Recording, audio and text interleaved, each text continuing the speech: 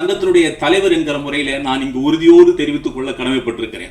ஏனென்றால் அவர்களுக்கான அவங்க தன்னார்வமாக தங்கள் வாழ்க்கையில் ஒரு மிகப்பெரிய உச்சத்துக்கு வருகிறார்கள். அவர்களை ஒரு அழகான நெறிப்படுத்தி அவர்களுக்கான வாய்ப்புகளை பெற்றுத் தருவதிலே இந்த சங்கம் துணை நிற்க வேண்டும் என்கிற ஒரு எண்ணத்தோடு நாங்கள் முயற்சி செய்திருக்கிறோம். அதே போல பார்த்தீங்கன்னா இதுல உறுப்பினர்களாக சேர்ந்திருக்கிற அத்தனை பேருக்கும் நாங்களே தொகையை செலுத்தி காப்பீட்டு நிறுவனங்களிலே தொகையை செலுத்தி அவர்களுக்கு காப்பீடு பெற்று தந்திருக்கிறோம். அவர்களுக்கான இன்னும் பல நலத்திட்டங்களை செய்ய வேண்டும் என்கிற முயற்சியோடு தான் இந்த சங்கத்தை ஆரம்பித்திருக்கிறோம். அவர்களுக்கான நல்வழிகளுக்கான ஏற்பாடாக அவர்களை ஒரு கட்டுக்கோப்புக்குள் அவர்களுடைய சக்திகளை எல்லாம் திரட்டி ஒரு நேர்மையான பயணத்திற்கான ஒரு வாய்ப்பாக இந்த சங்கம் அமையும் என்று நினைக்கிறேன். இதுல பாத்தீங்கன்னா நிறைய ஆளுமைகள் இதுல சங்க நிர்வாகிகளாக இருக்கிறார்கள். செயலாளர் லட்சுமி நாராயணன் அவர்கள் நல்ல சிறந்த தயாரிப்பாளர், அன்பு நண்பர் இசையமைப்பாளர் சத்யா அவர்கள் உட்பட பேராசிரியர் முருகேசன், டாக்டர் மிஸ்டர் முருகேசன் இதனுடைய துணைத் தலைவராக இருக்கிறார். ஏராளமான பெருமக்கள் இதில் முக்கியமான பங்கை ஏற்றிருக்கிறார்கள். அவர்களுக்கெல்லாம் இந்த நேரத்திலே என்னுடைய நன்றிகளை நான் தெரிவித்துக் கொள்கிறேன். இந்த சங்கத்தை மிக பெரும் சங்கமாக எடுத்துச் செல்ல ஊடக உறவுகளான நீங்கள் எங்களுக்கு உறுதுணையாக இருக்க வேண்டும் என்கிற கோரிக்கையை இந்த தருணத்திலே நான் அன்போடு வைக்கிறேன். நன்றி, வணக்கம்.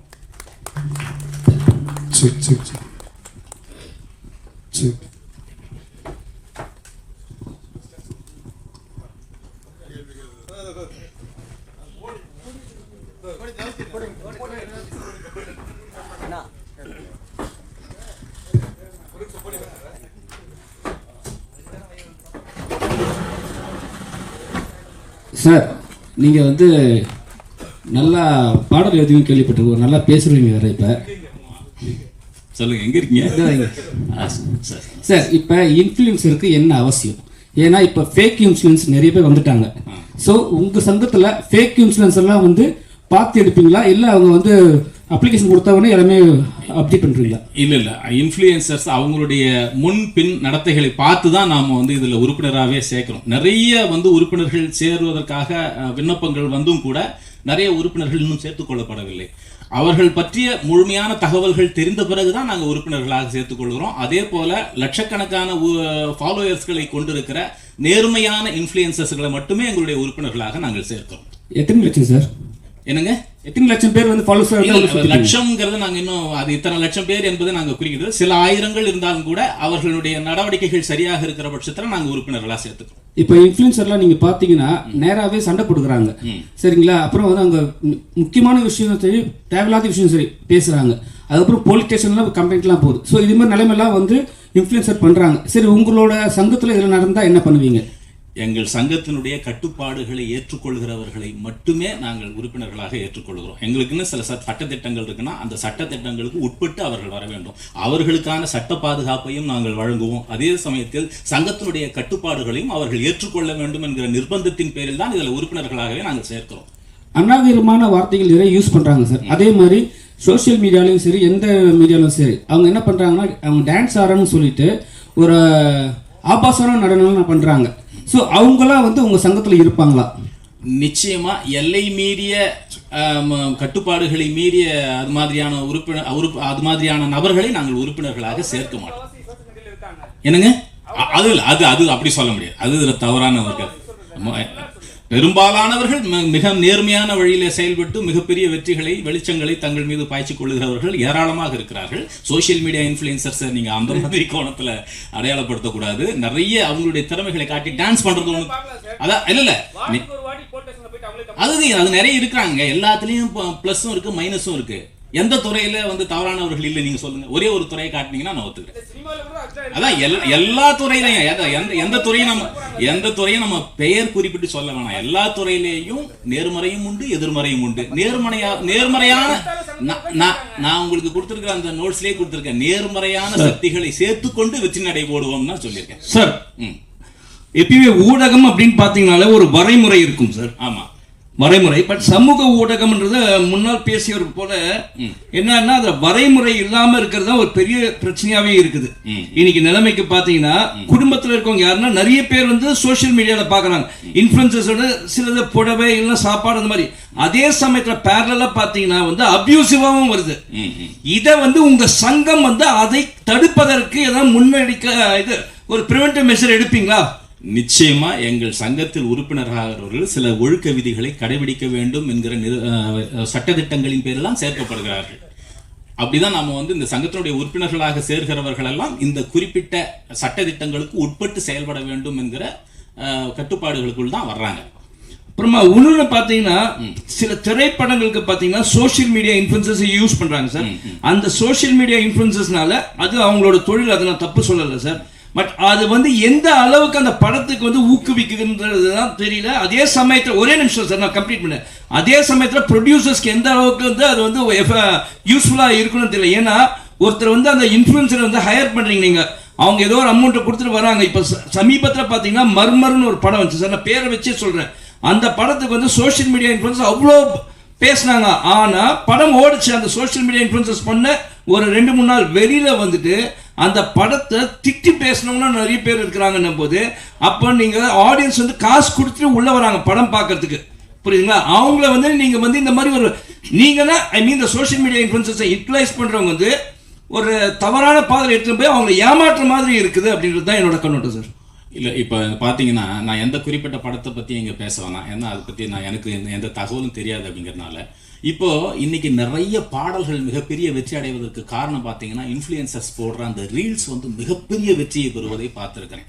என்னுடைய சமீப பாடல்கள்லாம் மிகப்பெரிய உச்சத்தை தொட்டதற்கு இன்ஸ்டா ரீல்ஸில் அவங்க போடுற நடனங்கள்லாம் மிகப்பெரிய காரணமாக இருந்திருப்பதை நான் பார்க்கிறேன். இப்போ தொடக்க விழா வந்த மோகன்ராஜா அவர்கள், இயக்குனர் மோகன்ராஜா அவர்கள் ஒன்று சொன்னார்.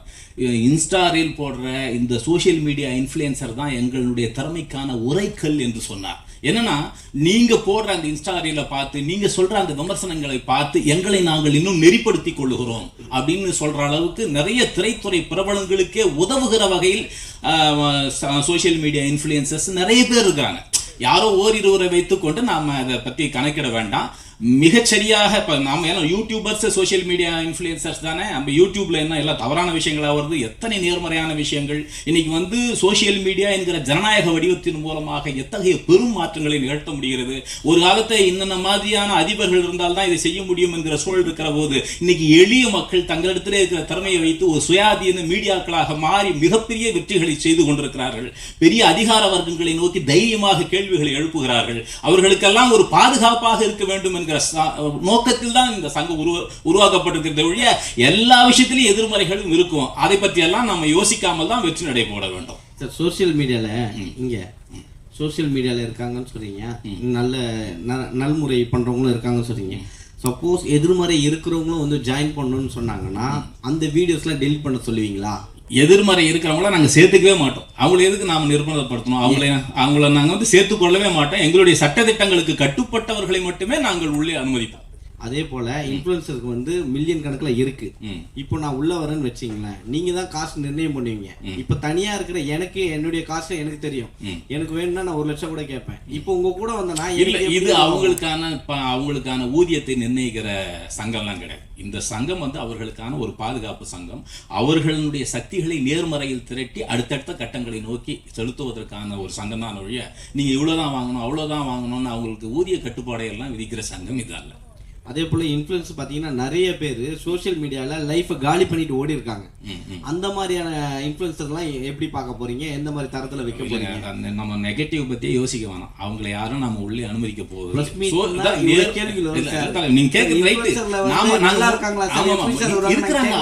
அவர்கள் நம்முடைய தரப்பு அல்ல.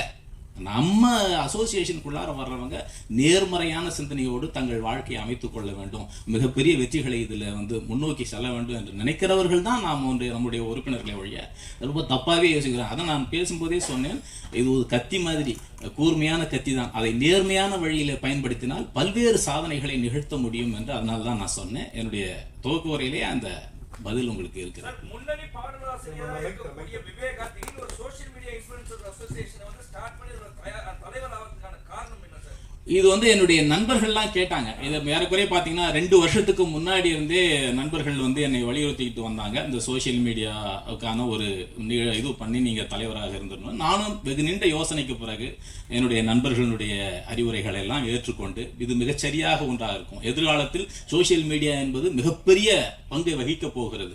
ஏன்னா இது வந்து டிஜிட்டல் யுகம். இன்னும் அது அடுத்தடுத்து பார்த்தீங்கன்னா சோஷியல் மீடியாவுக்கான பங்கு இந்த சமூகத்தில் மிகப்பெரிய அளவுக்கு இருக்கும்ங்கிற வகையில் இதனுடைய தலைவர் இருந்து நாம் அதை செயல்படுத்துவதன் மூலமான ஒரு கட்டுக்கோப்பான ஒரு பெரும் சக்தியாக இதை மாற்ற முடியும் என்கிற எண்ணத்தில் தான் இதை நான் ஏற்றுக்கொண்டு செயல்படுத்துகிறேன். ஜாயின் பண்றதுக்கு எவ்வளவு சார் பேமெண்ட்?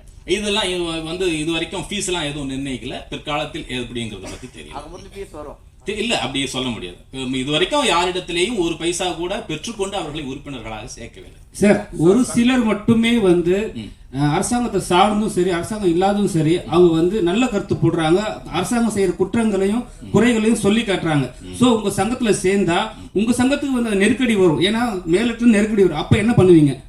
இல்ல, அவங்களுடைய தனிப்பட்ட பிரச்சனை, அவங்களுக்கு ஒரு அரசியல் பார்வை சார். இப்ப உங்க சங்கத்துல ஜாயின் பண்ணிட்ட பிறகு சரிங்களா, உங்க சங்கத்துல இருக்கிற ஆள் தான் இனிமே போட்டிருக்காங்க, அது எடுக்க சொல்லுன்னு சொன்னா உங்களால முடியுமா? இல்ல, இப்போ ஒரு உறுப்பினர் இருக்காருன்னா அவருடைய அரசியல் பார்வை வேறாக இருக்கும். அவருடைய அரசியல் பார்வையை நாம நிர்ணயிக்க முடியாது. அவருடைய அரசியல் பார்வையோ இல்லை சினிமா குறித்த அவருடைய அபிப்பிராயத்தையோ நாம இந்த கட்டுக்குள்ளாரதான் நீங்க இருக்கணும் அப்படின்னு சொல்லிட்டு அவங்களுக்கு ஒரு காவா போட்டு இதுக்குள்ளார பயணிங்கன்னு சொல்ல முடியாது. அவங்களுடைய உரிமைகள் சார்ந்து அவங்க இயங்கலாம். அவங்க அது மாதிரி பிரச்சனைகள்ல சிக்கி கொள்கிற போது ஒரு தேச துரோகத்துக்கு பண்றாங்க அல்லது ஒரு சாதிய பிரச்சனைகளை கொண்டு வருகிறார்கள், அது மாதிரி வந்து வரையறை மீறி போகிறவர்களுக்கான பிரச்சனைகளில் சங்கம் தலையிடாது என்று அவர்களிடத்தில் நாங்கள் சொல்லி தான் உறுப்பினர்களாகவே சேர்க்கிறோம். அதனால அந்த நெறிமுறைகளோடு நடந்து கொள்ளணும். இப்போ அமைப்பு சாரா உறுப்பினர்களாக இருக்கிற அமைப்பு சாரா கலைஞர்களாக இருக்கிற அவர்கள் ஒரு அமைப்பின் கீழ் வரும்போது இன்னும் கட்டுக்கோப்பாடு இயங்குவார்கள் என்கிற ஒரு சிந்தனையில் தான் இது உருவாக்கப்படுகிறது. டிக்டாக் செயலி வந்து முன்ன இருந்தது, அதுதான் பயங்கர ஃபேமஸ். எல்லாருமே இதுல இன்ஃப்ளூயன்சர் வந்து இன்ஸ்டாகிராம் அந்த மாதிரி வராங்க. அதுலயே பாத்தீங்கன்னா நிறைய பேர் பைத்தியகாரத்தனமாலாம் பண்ணிட்டு இருக்காங்களே. இப்போ பாத்தீங்கன்னா வாட்டர்மெலன் ஸ்டார் சூப்பர் ஸ்டார்லாம் சொல்றாங்க, அவங்களே பேர் வச்சுக்கிறானுங்க. ஸோ இதெல்லாம் எப்படி பார்க்க போறீங்க? ஏன்னா கோமாளிகளும் இருக்கிறாங்க. இது வந்து யாரை குறிப்பிட்டு கேள்வி கேட்க வேணாம். இது யாரை குறித்து நம்ம தனியா பேசுறதுக்கு இதுல ஒண்ணும் இல்லை. அவங்க சமூகத்துக்கு ஏதேனும் பிரச்சனையாக இல்லாத பட்சத்தில் ஏதோ ஒரு வகையில தன்னை வெளிப்படுத்துறாங்க. அது தெருவில் போகும்போது டீ கடையில் ஒரு 10 பேர் இருக்கும்போது ஒருத்தன் சத்தமா பேசினாலே அது ஒரு அட்டென்ஷன் சீக்கிங் தான். அட்டென்ஷன் சீக்கிங்காக சமூகத்துக்கு பாதிப்பு ஏற்படாமல் ஒருத்தர் வந்து இன்ஃப்ளூயன்சரா செயல்படுறாருன்னா அதை நம்ம குறையா சொல்ல முடியாது. எல்லாருமே காந்தி தாத்தாவா இருக்கணும்னு நம்ம ஆசைப்பட முடியாது. அவங்களுக்கான அதை நம்ம யாரையும் குறிப்பிட்டு சொல்ல வேணாம், பெயர் குறிப்பிட்டு சொல்ல வேணாம். எந்த மீடியாவில் இன்னைக்கு இன்ஃப்ளூயன்சர் அதிகமாக பாலியல் ரீதியா டான்ஸ் ஆடுறதும் பாலியல் ரீதியா அந்த மாதிரியான கடுமையான வாயில வரக்கூடியாத வார்த்தைகளை அவங்க சொல்லி வந்திருக்கிறாங்க. நிறைய பேர் இப்போ சினிமா அது மாதிரியான ஆட்களை நாங்கள் அனுமதிக்க மாட்டோம். அப்படி யாரும் தப்பி தவறி உள்ள வந்தாங்களோ அவங்கள வந்து நீக்கி விடுவோம். சார் விவேகா சார், சார் என்னன்னா எனக்கு வந்து ரொம்ப பெரிய வருத்தம் ஒண்ணு. இப்ப நீங்க சொன்ன மேடையில சொன்னீங்க இவங்களால தான் நான் இந்த எங்களோட பாட்டெல்லாம் வந்து வெளியே தெரியுது நீங்க சொன்னீங்க. ஆனா நாங்க விவேகா சாரை வந்து ரொம்ப காலமா பார்த்துன்னு இருக்கோம். அவரோட பேரு புகழ் எப்படி இருந்தது அதே இருங்க அப்படியே அதே வந்து விவேகா சார் யார் யாருக்கோ பாட்டு எழுதியிருக்காங்க, யார் யாருக்கோ ஆக்டர்ஸ் எல்லாம் பண்ணியிருக்காங்க.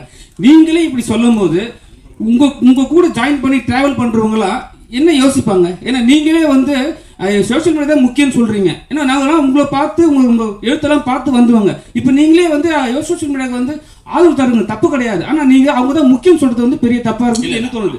அவங்க தான் முக்கியம். நான் வந்து இப்ப சொன்னீங்க சார், அவங்களால தான் நடக்குதுன்னு. சரி இருக்கட்டும். என்னன்னா எந்த ஒரு புது டெக்னாலஜி தொழில்நுட்பம் வந்தாலும் உங்க மேல உங்க நம்பிக்கை இல்லாம ஆயிடுச்சா? ஆமா, அதான் சொல்லுங்க. எந்த ஒரு டெக்னாலஜி வந்தாலும் அதை நாம வந்து நேர்மறையான முறையில பயன்படுத்திக்கிறோம். அப்போ வந்து இப்போ ஒரு படம் நம்ம தயாரிக்கிறோம்னா அதை வந்து இன்ஃப்ளூயன்சர்ஸ்களை அதுக்கு நேர்மையான முறையில் பயன்படுத்திக்கிட்டு பெரிய பெரிய வெற்றி பெறுகிறவர்கள் நாம பார்க்குறோம். என்ன சொல்ல வரனா, இன்னைக்கு இருக்கிற தொழில்நுட்ப யுகத்தில் ஒரு காலத்துல வந்து இன்னென்ன மீடியாக்கள் மூலமா தான் அந்த பாட்டு வெற்றி அடையணும் இருந்தது. இன்னைக்கு வந்து சோசியல் மீடியா ஒரு பெரும் பங்கை வகிக்கிறதுங்கிறது உண்மையா இல்லையா? நீங்க ஒப்புக்கிறீங்களா இல்லையா? அதுதான் சொல்றேன். இல்ல அதை நாங்க ஆபாச நடனம் அந்த இல்லங்க இது பாருங்க, அது வேணா அது அந்த மாதிரி பேர் குறிப்பிட்டு சொல்ல வேணாங்க. அதாங்க தவறான பக்கத்தை நீங்கள் தொடாதீர்கள். அவர்கள் யாரும் நம்முடைய ரைட்டு, அது வேற, அதை நாம சொல்லல. இப்ப நேர்மையான முறையில் நிறைய பாடல்கள் வெற்றியாடிதா இல்லையா, நிறைய நடனம் இடுறாங்களா இல்லையா, கணவன் மனைவி சேர்ந்து ஒரு நல்ல டூயட் நடனம் இடுறாங்க, கணவன் மனைவி சேர்ந்து சமூக விழிப்புணர்வு செய்திகளை கொண்டு வர்றாங்க. அது மாதிரி நிறைய ஒரு 2 டிரைவர்ஸ் நம்ம உறுப்பினர்கள்லாம் அவங்க, அது மாதிரி வந்து அந்த ஓட்டுநர்கள் 2 பேருமே ஓட்டுநர்கள், அது மாதிரி பெண்கள் வந்து இது மாதிரி ஓட்டுநர்களாக கூட செயல்பட முடியும் அப்படிங்கிறத அவங்க செய்யறாங்க. அது மாதிரி நிறைய பாசிட்டிவான விஷயங்களை செய்யறவங்களுக்கு தான் நாம வழிய தவறாக செய்யறவர்கள் தரப்புல நம்ம இல்லை. சார் என்ன மாதிரி சார் வேலைவாய்ப்பு கொடுக்க போறீங்க சார் உங்களுக்கு வந்துட்டு? என்ன சார், எந்த மாதிரி வேலைவாய்ப்பு கொடுக்க போறீங்க சார் உங்களுக்கு வந்துட்டு? பணி வாய்ப்புகள் அப்படின்னீங்கன்னா அவங்களுக்கு ஒரு பயிற்சி முகாம்கள் ஏற்பாடு செய்யப்படும். இப்போ வந்து கிராமப்புறங்கள்ல இருந்து வந்து இன்னும் தெளிவில்லாமல் இருக்கிறவர்களுக்கு அவர்களுக்கு என்னென்ன வகையில வந்து இந்த சோசியல் மீடியாவை நல்ல முறையில் பயன்படுத்த முடியும் என்பதற்காக தொழில்நுட்ப ஆலோசனைகள்லாம் தரப்படும். அப்படியா அவங்களுக்கு என்ன மாதிரி பெனிஃபிட் கிடைக்கும்? அது தெரியலைங்க. அது இப்போ பெனிஃபிட் அவங்களுடைய இதுக்கு ஏற்ற மாதிரி கிடைக்கும். சார் காசில பார்த்தேன்னு சொன்னீங்க, ஒரு பொண்ணு பாசிமணி வித்த வந்து கார்ல வந்தான்னு சொன்னீங்க. புரியுது. இல்ல காசில ஒரு பொண்ணு வந்து பாசிமணி வித்தாங்கன்னு சொல்லி அவங்க வந்து இன்ஃப்ளூயன்சர் இதுல வந்தாங்க. அவங்க இன்ஃப்ளூயன்சர்னு சொல்லுங்க, சோசியல் மீடியா மூலமா எப்படி ஒரு சாதாரண ஒரு நபர் வந்து திடீர்னு உச்சத்துக்கு போக முடியுங்கிறது ஒரு உதாரணம் நான் சொன்னேன். அவங்க சோசியல் மீடியா இன்ஃப்ளூயன்சர், அவங்க வீடியோ அதுக்கப்புறம் அவங்க சோசியல் மீடியா இன்ஃப்ளூயன்சரே பத்தி கருத்துல சோசியல் மீடியா என்கிற ஊடகத்தை பத்தி சொன்னேன். இல்ல அதுல இருந்த காமிச்சோம் எல்லாம் ஓகே. இன்னைக்கு அவங்க வெளியே வர முடியல அப்படின்னு சொல்லி ஒரு போட்டிருந்தாங்க. அதே அதை பாத்தீங்களா? வெளியே வர முடியலன்னா அவங்க கூட்டமா நாங்க ஒரு டீ கடையில நிக்க முடியல. அது பிரபலமானவர்கள் எல்லோருக்கும் இருக்கிற சிக்கல் தான். இதை எப்படி நீங்க சால்வ் பண்ண போறீங்க? இதெல்லாம் அதெல்லாம் நாங்க சால்வ் பண்றதால இல்லைங்க. மகிழ்ச்சிங்க, ரொம்ப நன்றி. நீங்க எல்லாம் நம்மலாம் என்னன்னா இப்ப மெயின் ஸ்ட்ரீம் மீடியாக்கள்லாம் வந்து ஒரு தாய்மையோடு அதை நம்ம பார்க்கணும். சோசியல் மீடியாங்கிறது மெயின் ஸ்ட்ரீம் மீடியாவினுடைய குழந்தை தான். புது வடிவங்கள் வர்றப்ப இப்போ இன்டர்நெட்னு வந்ததுனால இது மாதிரி வந்தது. நாளைக்கு இன்னும் சில தொழில்நுட்பங்கள் வரும்போது இன்னும் சில மாதிரியான மீடியாக்கள் வரும். அந்த வகையில இதை வந்து ஒரு பாசிட்டிவா அணுகிற உங்கள் எல்லோருக்கும் என்னுடைய நன்றிகளை தெரிவிக்கிறேன். இப்போ இந்த சோசியல் மீடியால இப்ப சேனல்லாம் வந்து யூடியூபர்ஸ் நடத்திட்டு இருக்காங்க. இப்போ இதனால அவங்களுக்கு போகும்ல, பாதிப்பாகும்ல? அதெல்லாம் ஒண்ணு ஆகாது. அதெல்லாம் நன்றிங்க, ரொம்ப மகிழ்ச்சி. சோசியல் மீடியால இல்லாத 3 பேர் எப்படி சோசியல் மீடியால இருக்கறவங்க கண்ட்ரோல் பண்ண முடியும்னு நினைக்கிறீங்க? யார் சோசியல் மீடியால இல்ல? நீங்க 3 பேருமே. ஏன் நான் ட்விட்டர்ல இருக்கிறேன், ஃபேஸ்புக்ல. நான் சொல்றது இல்ல, அதுவே முழு நேர தொழிலா இருக்குன்னு சொல்றீங்க. நீங்க பேசும்போதே சொல்றீங்க அவங்க தப்பா பண்ணா அதை நாங்க பண்ண கூடாது, நான் கண்ட்ரோல் பண்ண முடியாதுன்றீங்க. ஒரு சங்கம்னா அப்புறம் இல்லங்க, சங்கத்துக்குள்ளார வர்றவங்க எல்லாரும் எங்க கட்டுப்பாட்டுக்குள்ளார தான் இயங்குவாங்க. முன்னாடி பேசும்போது சொன்னீங்க. நன்றிங்க, நன்றி, மிக்க மகிழ்ச்சி, நன்றி. அனைவருக்கும் நன்றி.